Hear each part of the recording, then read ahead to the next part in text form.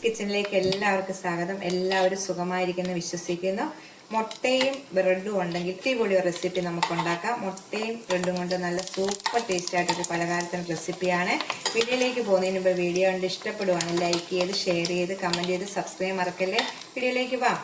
ബ്രെഡും മുട്ടയും കൊണ്ട് നമുക്കൊരു സൂപ്പർ 4 മണി പലഹാരം ഉണ്ടാക്കാം കേട്ടോ. പെട്ടെന്ന് ഉണ്ടാക്കാൻ പറ്റുന്നതാണ്. ബ്രെഡും മുട്ടയൊന്നും ഇല്ലാത്ത വീടുകളില്ല. ഇപ്പോൾ പിള്ളേർക്കൊക്കെ അവധിയാണ്. എല്ലാവരുടെ വീടുകളിലും ബ്രെഡ് കാണും, മുട്ടയും കാണും. അപ്പോൾ നമുക്ക് 3 പുഴുങ്ങിയ മുട്ട വേണം. പുഴുങ്ങിയിട്ട് ഞാനിവിടെ വെച്ചേക്കുവാണ് എടുത്ത്. 3 പുഴുങ്ങിയ മുട്ട വേണം. 3 ബ്രെഡും മതി.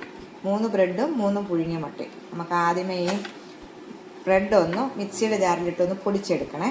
അത് കഴിഞ്ഞ് ഇതൊന്ന് ഗ്രേറ്റ് ചെയ്തെടുക്കണം, ചീകിയെടുക്കണം. ജാറിലേക്ക് നമുക്ക് ചെറുതായിട്ട് പിച്ചി ഇട്ടിട്ട് ഇത് നല്ലോണം ഒന്ന് പൊടിച്ചെടുക്കാം. നമുക്ക് ഒന്ന് പൊടിച്ചുകൊണ്ട് വരാവേ. അങ്ങനെ ഇതുപോലെ ചെറുതായിട്ട് വരും.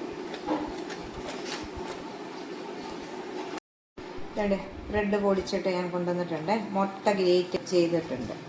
ഗ്രേറ്റ് ചെയ്തിട്ട് ഇത് നമുക്ക് പൊടിച്ച ഈ ബ്രെഡിലേക്ക് ഇടാം. ബ്രെഡും മുട്ടയും ഇട്ട ശേഷം നമുക്കിതിലേക്ക് കുറച്ച് സാധനങ്ങൾ വേണം. ചെറിയൊരു സവോള, വലുതാണെങ്കിൽ അതിൻ്റെ പകുതി. ഞാൻ ചെറിയൊരു സവോള ഇട്ടിട്ടുണ്ട്. ഒരു പച്ചമുളക് ഇച്ചിരി ക്യാപ്സിക്കത്തിന് ചെറുതായിട്ടായിരിക്കും.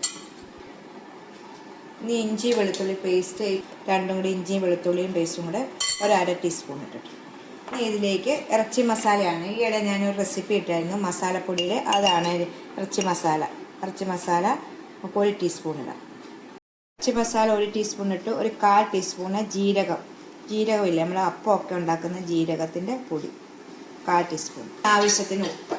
ആവശ്യത്തിന് ഉപ്പ് സ്പൂണും കൊണ്ടൊന്ന് മിക്സ് ചെയ്യുക. അതിന് ശേഷം നമുക്ക് ഇച്ചിരി വെള്ളം ഒഴിച്ചിട്ട്, ഒത്തിരി വെള്ളം കൂടി പോലെ 1-2 ടേബിൾ സ്പൂൺ വെള്ളം ഒഴിച്ച് നമുക്കൊന്ന് മിക്സ് ചെയ്ത് കുഴച്ചെടുക്കാം. ഇതിലേക്ക് ഒരു 3 ടേബിൾ സ്പൂണ് വെള്ളം ആദ്യമേ ഒഴിക്കുവാണ്. എന്നിട്ട് നോക്കിയിട്ട് 1 ടേബിൾ സ്പൂണും കൂടെ നമുക്ക് നോക്കാം. ഇപ്പം 3 ഞാൻ ഒഴിച്ചിരിക്കും. എന്നിട്ട് നമുക്ക് കൈ കൊണ്ടൊന്ന് കുഴച്ചെടുക്കാം.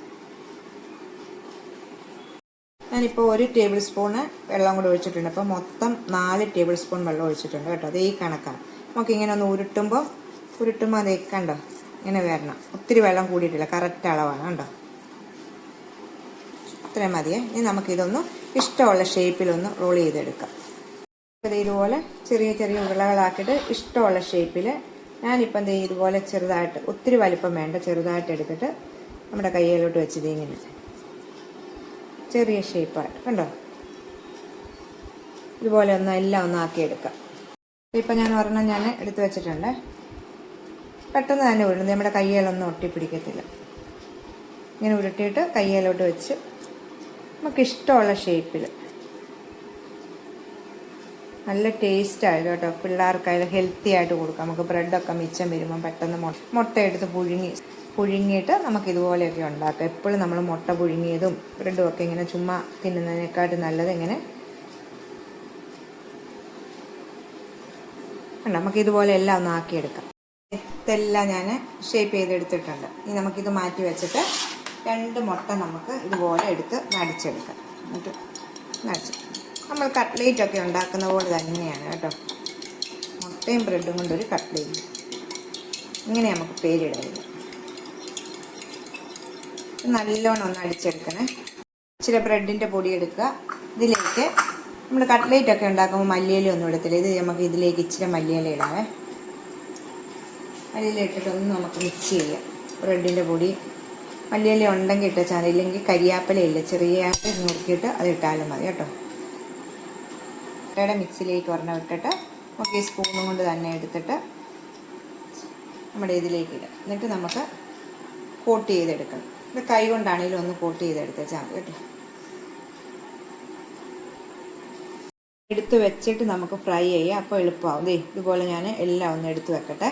അപ്പം എല്ലാം ഞാൻ എടുത്ത് വെച്ചിട്ടുണ്ട്. ഇനി നമുക്ക് എണ്ണ വെച്ച് ചൂടാക്കി ഉടനെ ഇത് ചിലപ്പോൾ ഇങ്ങനെ നമുക്ക് ഫ്രീസറിലോട്ട് കയറ്റി വെച്ചിട്ട് ഒരു അരമണിക്കൂർ കഴിഞ്ഞ് ഉണ്ടാക്കിയാലും നല്ലതാണ് കേട്ടോ. പിറ്റേ ദിവസത്തേക്ക് വേണമെങ്കിലും കുറച്ചിങ്ങനെ ഉണ്ടാക്കി വെക്കാനും നല്ലതാണ്. പാത്രത്തിനകത്താക്കി കണ്ടോ. ഇതിപ്പം തന്നെ ഫ്രൈ ചെയ്തെടുക്കാവേ. പാൻ അടുപ്പിൽ വെച്ച് ഇച്ചിരി എണ്ണ ചൂടാക്കിയിട്ടുണ്ട്. കുറച്ച് എണ്ണ വെച്ചിട്ടുണ്ട്. നല്ലോണം ചൂടായി കിടക്കുകയാണ്. ചൂടാക്കി കിടക്കുന്ന എണ്ണയിലേക്ക് ഇടാൻ, എന്നിട്ട് തീ പെട്ടെന്നൊന്ന് കുറയ്ക്കണം. തീരെ കുറച്ചിടല്ലേ, മീഡിയത്തിൽ കൊണ്ടിടാം.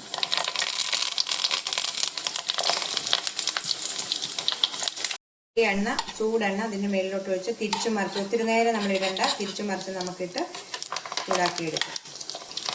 കൂടെ നിൽക്കണം, ഇതിൻ്റെ കൂടെ നിന്ന് തിരിച്ചും മറിച്ച് നിന്ന് നമുക്ക് പെട്ടെന്ന് തന്നെ എടുക്കാം. നമ്മളിങ്ങനെ തിരിച്ചും മറിച്ച് വിട്ട് നല്ലോണം അത് മൂപ്പിച്ചെടുക്കാം.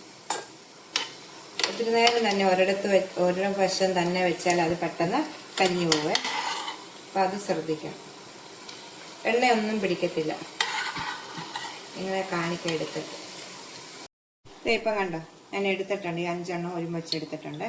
ഇതിലോട്ട് പാത്രത്തിലോട്ട് മാറ്റാം. എന്നിട്ട് അടുത്തത് കൂടി ഇടാം. മൊത്തം ഞാൻ എടുത്തിട്ടുണ്ട്. 3 ബ്രെഡും 3 മുട്ടയും കൊണ്ട് 11 എണ്ണം ഉണ്ടാക്കാൻ പറ്റത്തില്ല കേട്ടോ. എടുക്കുന്ന നമ്മൾ റോൾ ചെയ്യുന്നതിൻ്റെ വലിപ്പത്തിൻ്റെ അനുസരിച്ചിരിക്കും. ഇതിപ്പം ചെറുതായിട്ടാണ് എടുത്തത്. ഇപ്പം എല്ലാം ഉണ്ടാക്കി കണ്ടോ. ഒരെണ്ണം എണ്ണ ഒരു ശകലം പോലും എണ്ണയൊന്നും പിടിച്ചിട്ട്. മുട്ടയും ബ്രെഡും ഒക്കെ അല്ലേ, ഇതിനകത്തൊരു ഇതുമില്ല, കെമിക്കലും ഇല്ല. നമുക്ക് വീട്ടിൽ തന്നെ ഉണ്ടാക്കാം. കണ്ടോ, മുട്ടയൊക്കെ വെന്തതാണ്, പുഴുങ്ങിയിട്ടല്ലേ എടുത്തത്. എല്ലാവരും ഒന്ന് ട്രൈ ചെയ്ത് നോക്കണം കേട്ടോ. ഞാൻ ഒത്തിരി വീഡിയോകളൊക്കെ ഇട്ടിട്ടുണ്ട്. നിങ്ങൾ ആദ്യമായിട്ട് കാണുന്ന കൂട്ടുകാരാണെങ്കിൽ ഒന്ന് സബ്സ്ക്രൈബ് ചെയ്തിട്ട് കാണാൻ ശ്രമിക്കണം കേട്ടോ. അപ്പം നമുക്ക് അടുത്തൊരു വീഡിയോ കാണാം. ടാറ്റാ.